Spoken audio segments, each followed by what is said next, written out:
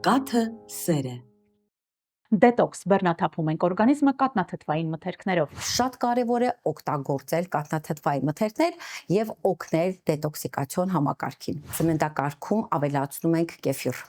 Ամենակարևորը, որը որ ունի պրոբիոտիկներ։ Մեր իմունիտետի բջիջների 70%-ը հենց աղիներում են, այստեղից էլ օգտագործելով ավելի հաճախ կաթնաթթվային մթերքներ, կեֆիր, հունական յոգուրտի մասին նաև խոսենք, մենք օգնում ենք իմունիտետի ամրացմանը։ Իմունիտետի ձևավորման համար շատ կարևոր է ճիշտ քանակով, անհրաժեշտ քանակով սպիտակուցային սնունդ, իսկ մենք գիտենք, որ հունական յոգուրտը հիանալի պարունակում է սպիտակուցներ, կտավատի սերմերը շատ կարևոր է օգտագործել աղացած կոտրտված գոնե, հա, ոչ շատ փշուր լինի, ոչ թե ալյուրային տարբերակով, այլ լինի կոտրտված, որպեսզի թույլ տակ ինքը բացվի ամբողջ իր օգտակար ճարպերը, ինչպես նաև կեֆիրի հետ համադրությունը կամ հենց թեկուզ հունական յոգուրտի հետ համադրությունը ինքը տալիս է աղիքների համար սկրաբի էֆեկտ։ Միֆ չէ, որ կաթնաթթվային մթերքները նաև առողջարար են։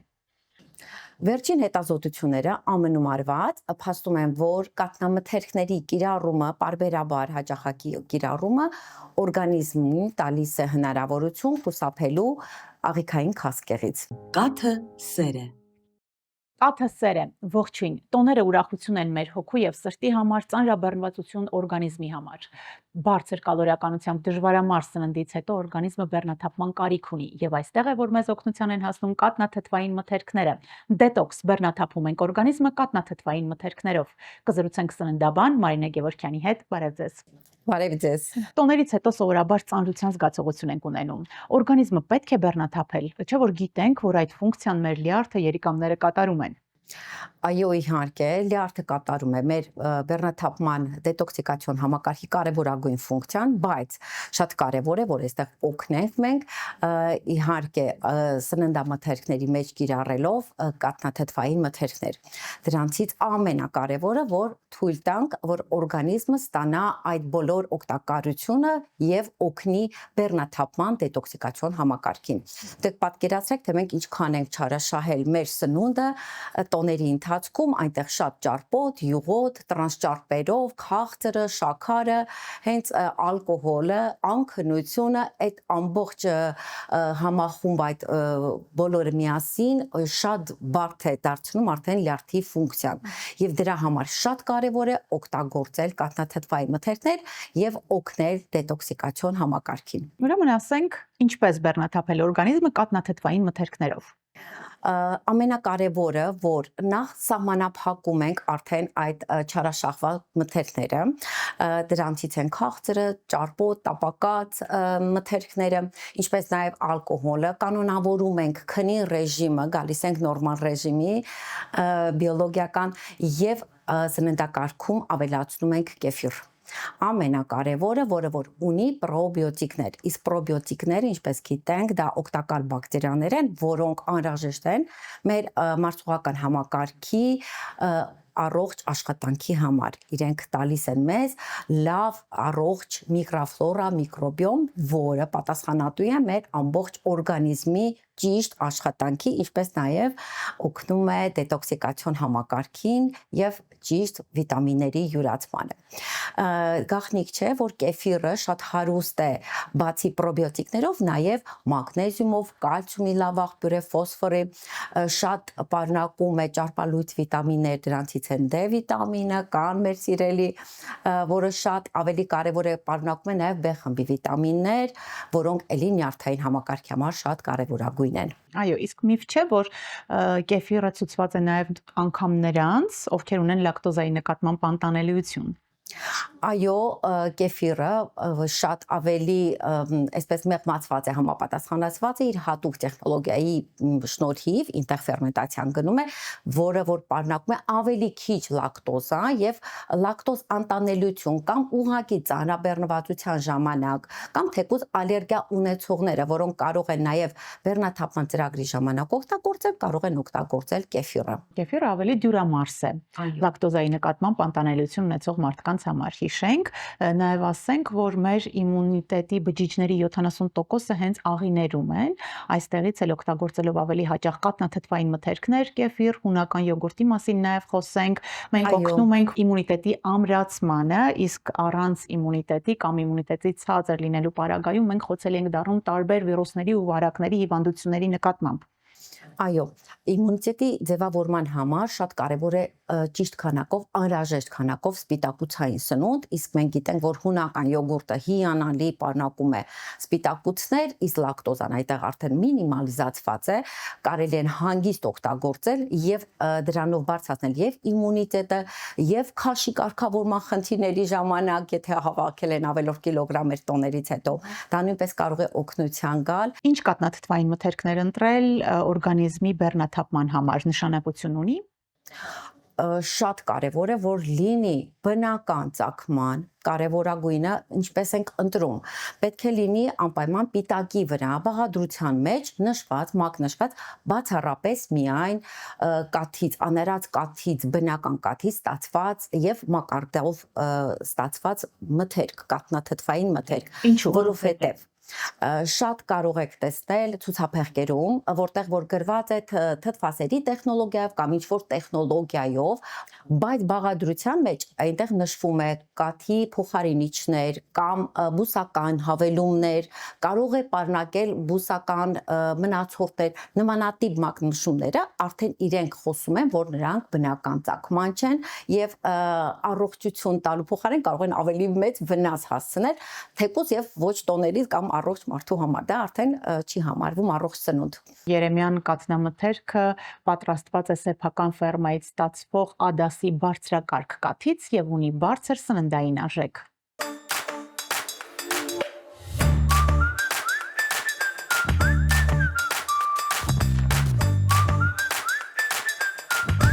Միակը Հայաստանում մանկական կաթի վկայականով եւ սննդի անվտանգության միջազգային սերտիֆիկացմամբ։ Երեմյան կաթնամթերք, մեր ֆերմայից ձեր սեղանին։ Խոսում ենք կաթնամթերքի օգտակարության մասին, իսկ միֆ չէ, որ կաթնաթթվային մթերքները նաև առողջարար են։ Վերջին հետազոտությունները ամնում արված փաստում են, որ կաթնամթերքների կիրառումը, պարբերաբար հաճախակի կիրառումը օրգանիզմին տալիս է հնարավորություն խուսափելու աղիքային քասկեղից։ Այնպես որ նա շատ է օգնում, ինչպես նաև կաթնամթերքներից կաթը շատ լավ օգնում է ասմատիկ հիվանդներին, եթե նրա մեջ հատկապես ավելացնում ենք կակաոյի յուղ, նաև կարող է օգնել հազի դեպքում երեխաների սննդակարգ ներմուծելով։ Իհարկե դա պետք է լինի 3 տարեկանից հետո։ Շատ լավ կարևոր հատկություն ունի նաև պրոբիոտիկներով հարուստ կեֆիրը, հունական յոգուրտը, ինչպես նաև կարող են կիրառել մածունը։ Ես հաճախակի երկաթդեֆիցիտային խնդիրների դեպքում անեմիաների ժամանակ սխեմատիկ ծրագրերի ժամանակ ես իրենց սննդակարգում ներառում եմ ցածր ֆերրիտինի դեպքում հենց կաթնաթթվային մթերքներից հատկապես հունական յոգուրտը, որտեղ ինքը շատ լավ օգնում է հատուկ փուլերում վերականգնել ֆերրիտինի մակարդակը։ Իհարկե դա պարադոքս է, բայց շատ հետաքրքիր է, այո, իհարկե իմ ցուցումները ճիշտ կատարելուց ստանում ենք հունական յոգուրտով ֆերրիտինի ճիշտ մակարդակի կարգավորում։ Ինչու՞։ Որովհետև ֆերրիտին ինքը սպիտակուց է, իսկ սպիտակուցային դեֆիցիտի ժամանակ երկաթը դժվար է աշխատում, հատկապես երկաթդեֆիցիտային խնդիրներ են ունենում եւ լինում է փորկապություն։ Այստեղ օգնության է գալիս եւ կեֆիրը եւ հունական յոգուրտը, որպես առողջ միկրոֆլորա ձևավորելու համար, որպեսզի կարողանա ունենա ֆերրիտինը ճիշտ լրացնելու, յուրացնելու պայման։ Կաթնաթթվային մթերքները ես նաև շատ եմ ներառում այնպիսի սխեմաներում, ինչպես են հակաբիոտիկային վերականգնումներից հետո, որպեսզի առողջությունը կարողանա վերականգնվել։ Որտեղ մենք գիտենք, որ հակաբիոտիկների բուժման ընթացքում լինում է աղիքային միկրոֆլորայի վրա շատ մեծ հարված եւ այնտեղ հաճախակի ու պարբերաբար օգտագործելով կաթնամթերքներից հատկապես կեֆիր, հունական յոգուրտ կարողանում ենք միկրոբիոմը պրոբիոտիկներով հարստացնելով ունենալ առողջ միկրոֆլորա։ Հրաշալի։ Իսկ միֆ չէ, որ կաթնաթթվային մթերքները լավացնում են նաև մաշկի որակը, բարենպաստ անդրադառնում ակնեի վրա։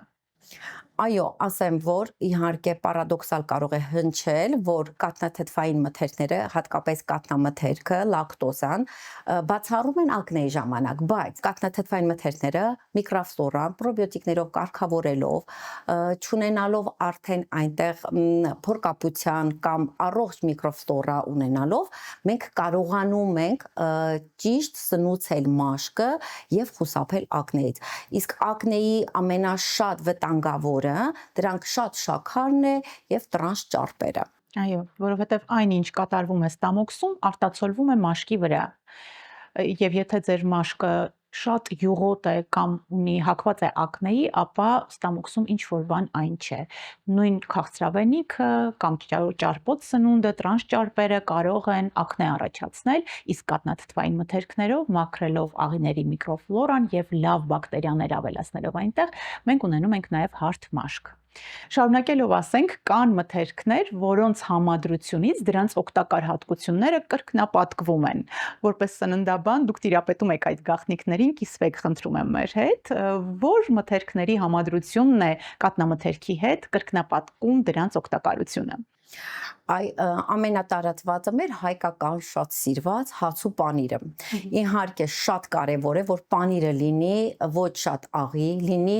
մաքուր անարատ կաթից պատրաստված եւ հնեցումը ճիշտ լինի, այսինքն հնեցված պանիրներ եւ հացը իսկապես պետք է նույնպես ճիշտ ընտրել։ Այս համադրությունը իդեալական է։ Հացը պետք է լինի ամբողջահատիկից, պարունակի թեփ, բջջանյութ, այսինքն որը կարողանում է պանիրի հետ որպես սպիտակուցի աղբյուր ճիշտ աշխատել եւ համադրել, որպեսզի հատկապես երեկոյան, եթե սով եք զգում, հաց ու պանիրը մի փոքր կարող է օգնել սովածության հաղթահարմանը եւ ինչպես սպիտակուցի ճիշտ աղբյուրին եւ իհարկե կարողանում է հաց այդտեղ օգնել ճիշտ աղիներից անցումը։ Պանիրի մասին ասենք, որ բոլորս գիտենք, որ նա շատ լավ կալցի աղբյուր է, ինչպես նաեւ շատ օգնում է երեկոյան ժամերին լավ պանիրը հնեցված, ֆերմենտացված, նաեւ օգնում է հանգիստ քնի համար։ Որտեղ նա պարունակում է տրիպտոֆան, որը սերոտոնինի համար կարևորագույն բաղադրիչ է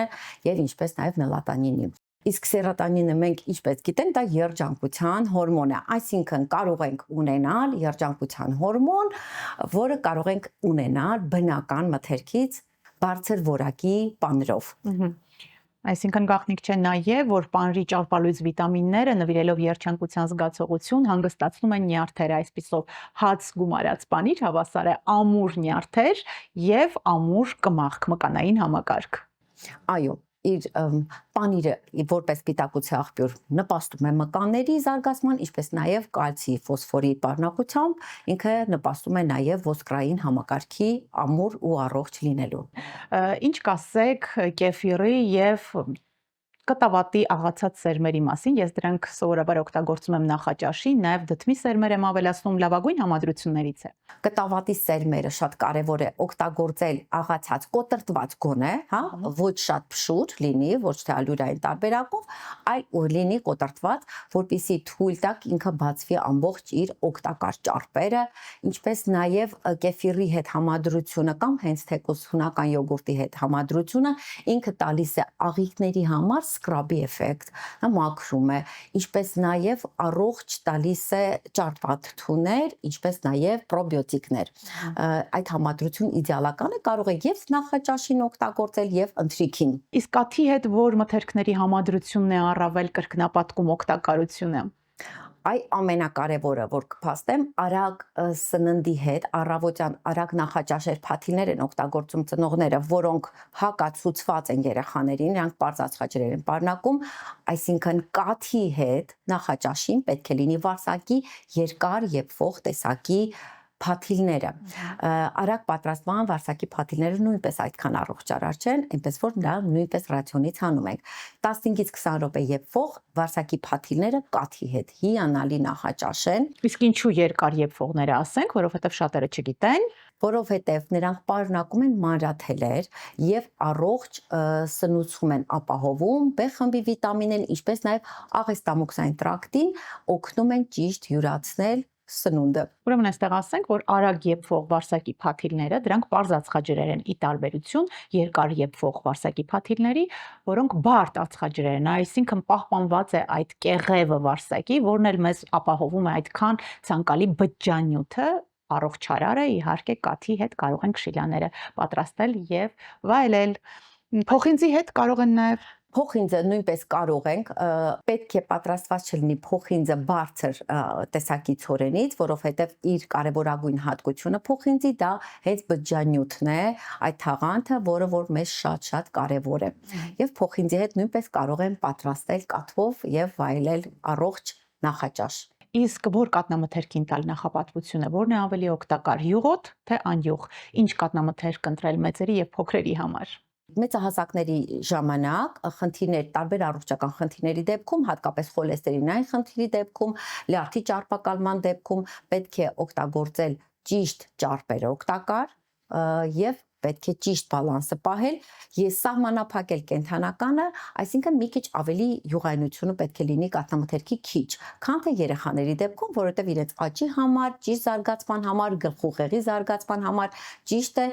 որ լինի յուղայնությունը նորմալ։ Փորձենք ամփոփել, ինչ տեղ են գրավում կատնաթթվային մթերքները մեր սննդակարգում, կարող ենք ասել, որ դրանք օգնում են մեզ ապրել առողջ։ Այո, կատնաթթվային մթերքները շատ կարևոր դեր ունեն եւ մեծերի եւ փոքրերի առողջ լինելու հարցում։ Շնորհակալություն ինֆորմատիվ զրույցի համար, տիրապետեք ինֆորմացիայի ուժին, որն օգնում է մեզ լինել առողջ եւ պաշտպանված։ Հետևեք մեր թողարկումներին, իսկ ընտրելով Երեմյան կատնամթերք, ընտրում եք սեփական առողջությունը։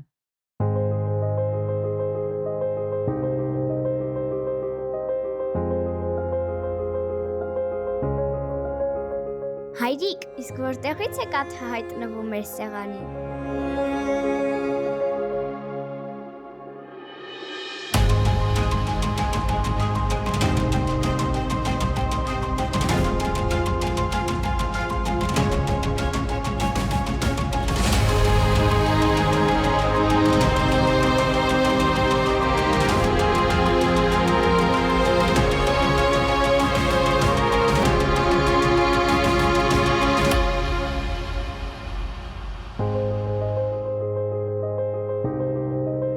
Մայրիկն է գնում։